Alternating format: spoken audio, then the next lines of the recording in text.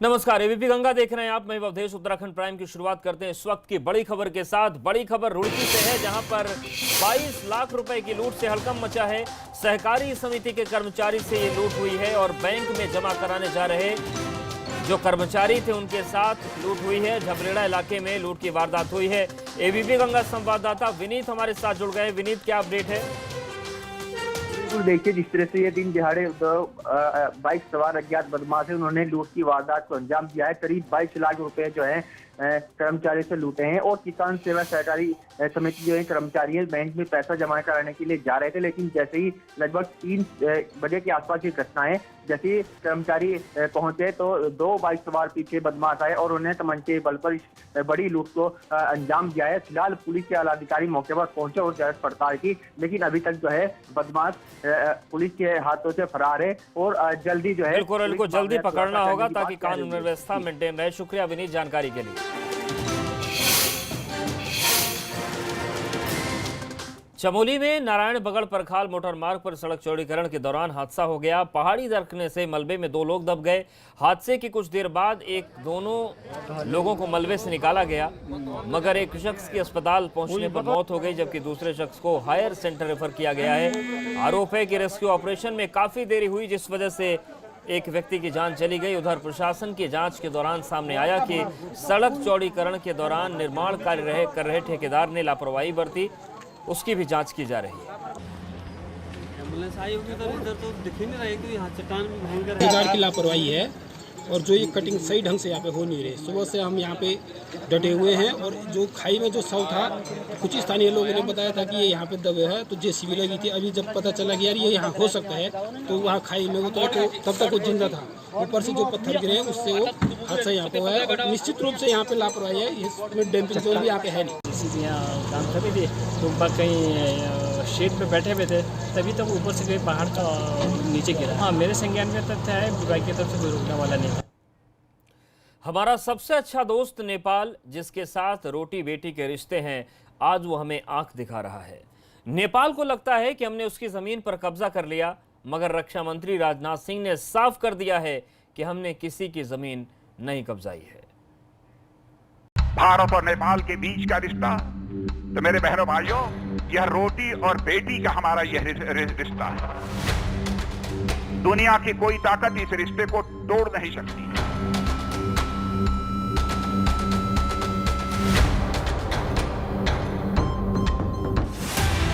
रक्षा मंत्री राजनाथ सिंह की ये चेतावनी उन लोगों के लिए है जो इन दिनों हमारे पड़ोसी मुल्क नेपाल को बरगला रहे हैं। इस देश के साथ भारत के संबंध रोटी और बेटी जैसे हैं। आखिरकार वो हमें कैसे आंख दिखा सकता है? महाकाली तो कलकत्ता में, कामाख्या में और विंध्याचल में सब जगह विद्यमान है और महाकाली के भक्त तो इस देवभूमि उत्तराखंड के गांव-गांव में मिल जाते हैं। तो कैसे भारत और नेपाल का रिश्ता यह टूट सकता है? और इसलिए धारचूला के आगे कितनी भी धारें लगा दी जाएं, इन संबंधों को बहनों भाइयों काटा नहीं जा सकता। मैं यह मानकर चलता हूं। दरअसल भारत ने लिपुलेख में मानसरोवर लिंक रोड तैयार किया है, मगर इस पर नेपाल को आपत्ति है। नेपाल इस इलाके को अपना हिस्सा बता रहा है। रक्षा मंत्री राजनाथ सिंह का कहना है कि जो रोड बनाई है वो भारत का ही क्षेत्र है। 80 किलोमीटर की यह सड़क बनी है, भारतीय क्षेत्र में बनी है, लेकिन हमारे पड़ोसी देश नेपाल में इस सड़क को लेकर कुछ गलतफहमियां पैदा हुई हैं। चाहे हमारे भारत में काशी विश्वनाथ, सोमनाथ, इन सब को अमरनाथ से अलग कोई कैसे कर सकता है? यह संबंध तो इस लोक का नहीं है, बल्कि यह मानता हूं कि यह संबंध दूसरे लोक का है, जो चाह कर भी कोई इसे बदल नहीं सकता है। रक्षा मंत्री ने कहा कि भारत और नेपाल के बीच अगर कोई गलतफहमी है तो उसे बातचीत के जरिए सुलझाया जाएगा। यदि लिपू लेक से लेकर धारचूला तक यह रोड बनने के कारण यदि कोई गलतफहमी नेपाल के लोगों में यदि पैदा हुई है, तो मैं समझता हूं कि उसका समाधान हम लोग मिल बैठ कर निकालेंगे। हम बातचीत के द्वारा उसका समाधान निकाल लेंगे। लेकिन मैं पूरे विश्वास के साथ कहना चाहता हूं, भारत में रहने वाले लोगों के मन में कभी भी नेपाल को लेकर किसी प्रकार की कटुता पैदा हो ही नहीं सकती। भारत ने कैलाश मानसरोवर जाने वाले पथरीले रास्ते पर हाल ही में सड़क बनाई, मगर नेपाल इसके विरोध में है। 18 मई को नया नक्शा जारी किया गया था। इसमें भारत के 3 इलाके लिपुलेख, लिम्पियाधुरा और कालापानी को अपना हिस्सा बताया था। नेपाल के इस कदम पर भारत ने साफ कर दिया है कि नेपाल का दावा ऐतिहासिक साक्ष्यों पर आधारित नहीं है। Bureau report, ABP Ganga. उधर रक्षा मंत्री राजनाथ सिंह ने उत्तराखंड में भाजपा की वर्चुअल रैली के जरिए संबोधित किया। इस दौरान रक्षा मंत्री ने त्रिवेंद्र सरकार और राज्यसभा सांसद अनिल बलूनी की सराहना की।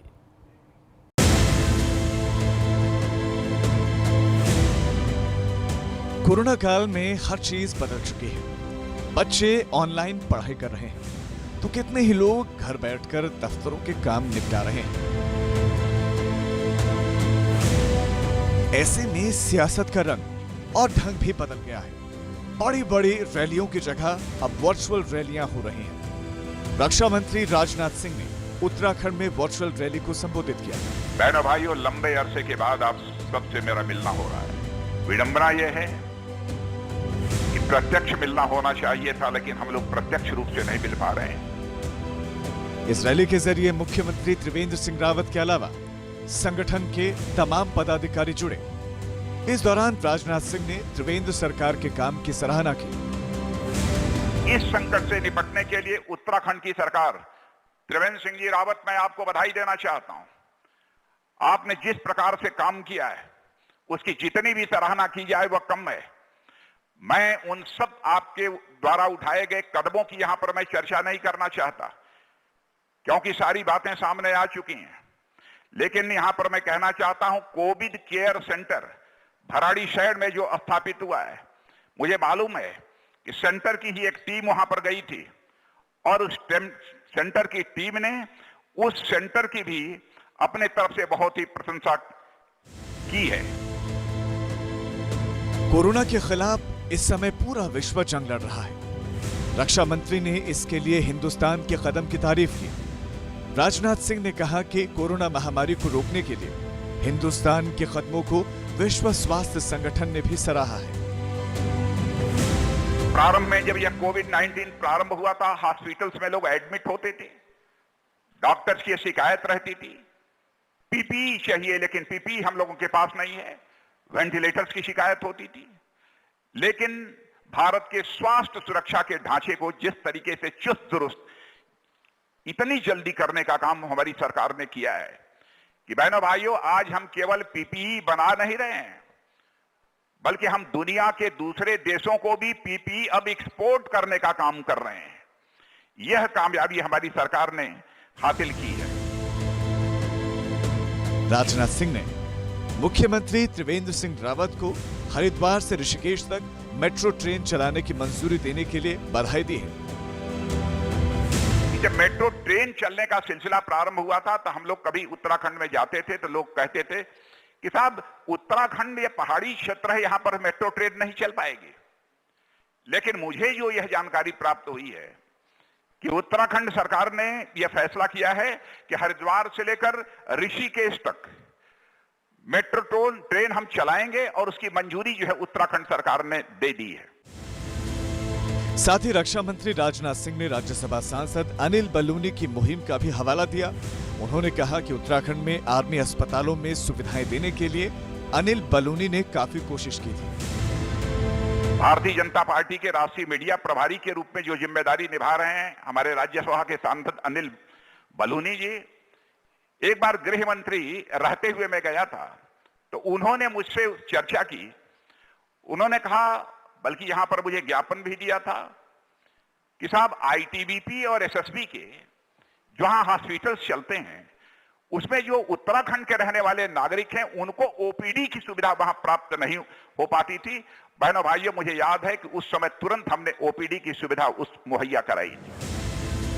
कोरोना वायरस से लड़ाई को लेकर रक्षा मंत्री ने उत्तराखंड सरकार की तारीफ की है, मगर जिस तरह से उत्तराखंड में हालात हैं, शायद उनकी असली हकीकत से केंद्र सरकार भी वाकिफ नहीं है। क्वारंटीन सेंटर्स में जब किसी को सांप डस लेता है, लोग सुसाइड कर लेते हैं। भला ऐसे में राज्य में क्या वाकई कोई कह सकता है कि सरकार अपना काम जिम्मेदारी से पूरा कर रही है? देहरादून से विनोद कुमार की रिपोर्ट, एबीपी गंगा। उधर रैली में सीएम त्रिवेंद्र सिंह रावत समेत पार्टी के तमाम पदाधिकारी जुड़े। सीएम त्रिवेंद्र ने कहा कि रक्षा मंत्री की तरफ से कार्यकर्ताओं के लिए काफी अहम बातें बताई गई हैं। पड़ोसी राज्यों के प्रति और विशेषकर नेपाल के प्रति भारत के क्या रिश्ते हैं और हमारी सोच क्या है, वो बड़ी स्पष्टता से उन्होंने अपने भाषण में कही है। और पार्टी संगठन की ये रैली थी, कार्यकर्ताओं का भी उन्होंने मार्गदर्शन किया है। उधर पूर्व मुख्यमंत्री हरीश रावत ने भाजपा की वर्चुअल रैली पर सवाल उठाए हैं। हरीश रावत ने प्रदेश के साथ साथ केंद्र सरकार पर भी निशाना साधा है। यूं तो इस सरकार की सारी बातें हवाई सिद्ध हो रही। उत्तराखंड बेरोजगारी से पस्त है। उत्तराखंड की अर्थव्यवस्था खस्ता हाल हो रही है। राजनाथ सिंह जी को इन दोनों मुद्दों की कोई याद नहीं आई। यूं तो देश की अर्थव्यवस्था भी खस्ता हाल है और देश में भी बेरोजगारी ऐतिहासिक दर से आगे बढ़ रही है।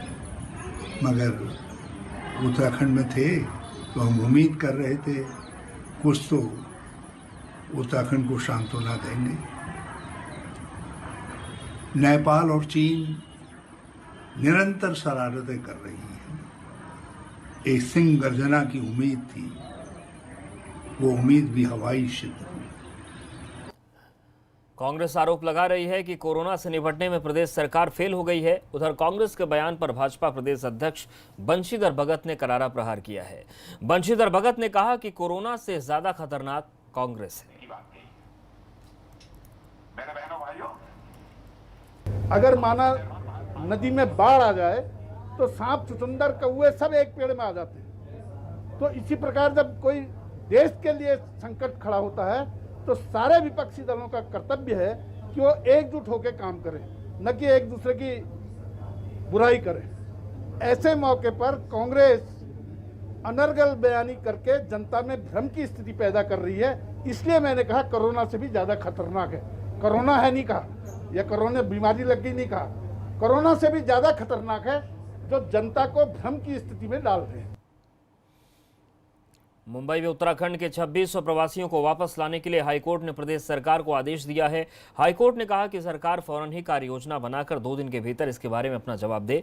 दरअसल हाईकोर्ट में जनहित याचिका दाखिल कर मुंबई में फंसे 2600 प्रवासियों को वापस लाने की गुहार लगाई गई थी। कोर्ट ने संज्ञान लेते हुए राज्य सरकार को आदेशित किया कि जो 2600 लोग मुंबई में अभी भी फंसे हुए हैं, उनकी ट्रेन के संबंध में एनओसी दिए जाने की कार्रवाई के बारे में राज्य सरकार द्वारा क्या किया जा रहा है और उनकी क्या कार्य योजना है इनको वापस लाने के बारे में, इस सब के बारे में राज्य सरकार को और रेलवे को 17 जून तक अपना जवाब दाखिल कर। उत्तराखंड में लॉकडाउन के दौरान वापस लौटने वाले प्रवासियों के लिए बड़ी राहत है। ऐसे प्रवासियों से मुकदमे वापस लिए जाएंगे जिन पर लॉकडाउन उल्लंघन के मामले दर्ज हुए थे।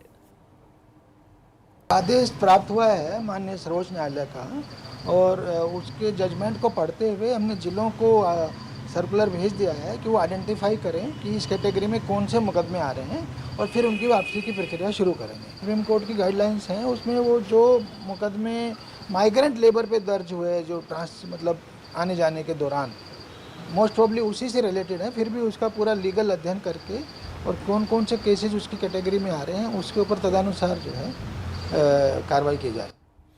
अभिनेता सुशांत राजपूत की मौत से बॉलीवुड में शोक की लहर है। सुशांत राजपूत केदारनाथ मूवी में अहम किरदार में थे जिसकी शूटिंग उत्तराखंड में हुई थी।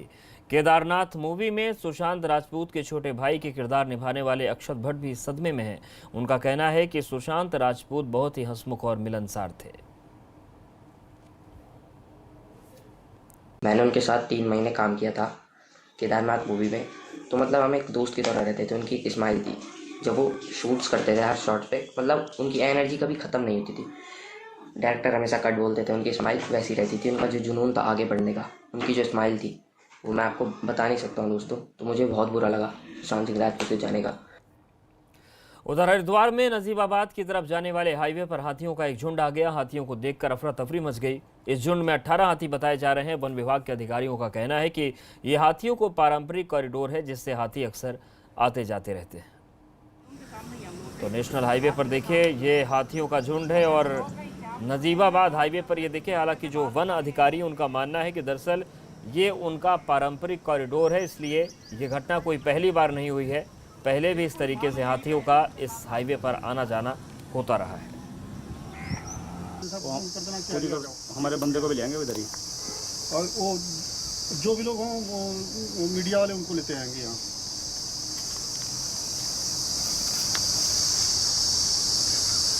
बच्चे भी कई हैं ना, 2-3 बच्चे हैं। तो नेशनल हाईवे पर हाथियों का जो झुंड है, देखिए किस तरीके से जो तालाब है वहां पर अपनी गर्मी को शांत कर रहे हैं। और वन अधिकारियों का कहना है कि इनका पारंपरिक कॉरिडोर है, उस पर हाथी आते हैं। कोटद्वार में एक फैक्ट्री में ट्रक बैक करते समय हादसा हो गया। इस हादसे में 2 मजदूर ट्रक के नीचे आ गए, जिससे उनकी मौके पर ही मौत हो गई। उधर मजदूरों के साथियों ने मुआवजे की मांग को लेकर हंगामा किया। इस दौरान पुलिस के साथ हुई उनकी नोकझोंक भी उनकी काफ़ी देर तक होती रही। तो मजदूरों पर सोते समय ट्रक चढ़ गया था। ट्रक बैक करते समय हादसा हुआ था। जो उनके साथी मजदूर हैं उन्होंने मुआवजे की मांग की। परिसर में ही 2 मजदूरों के ऊपर एक ट्रक चढ़ गया था, जिसके कारण उन दोनों की मौके पर ही डेथ हो गई है। ट्रक ड्राइवर मौके से भाग गया था। ट्रक हमारे कब्जे में है। दोनों डेड बॉडी को हम लोगों ने, पुलिस ने मौके पर पहुंचकर कब्जे में लिया और परिजन मौके पे नहीं थे तो परिजन बुला रखे हम लोगों ने, और परिजनों के आने के बाद मुकदमा पंजीकृत किया जाएगा। और यहाँ पर वक्त एक छोटे से ब्रेक का है।